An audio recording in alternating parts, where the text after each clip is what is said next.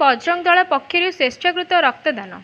सुवर्णपुर जिला मुख्य चिकित्सालय रक्तर घोर अभाव को दृष्टि रखी सोनपुर नगर बजरंग दलर कार्यकर्ता द्वारा एक स्वेच्छाकृत रक्तदान शिविर स्थानीय पद्मिनी देवी कॉलेज परिसर में आयोजित हो जाइछि। बजरंग दलर जिला संयोजक जितू बड़माली नेतृत्व में 30 यूनिट रक्त संग्रह करा जायथिला। जिला सहसंयोजक सुब्रत बारिक, बालगोपाल पंडा, आशीष षडंगी, सोनपुर प्रखंड प्रमुख मुन्ना बगर्ती, नगर विद्यार्थी प्रमुख लिकुन साहू, जिला विद्यार्थी प्रमुख सर्जना पांडे, अंशुमान पंडा, नेपाल महाकुर, अमित महापात्र, सुनील, उमाशंकर मिश्र, बंटी, उज्ज्वल प्रमुख रक्तदान करथिले।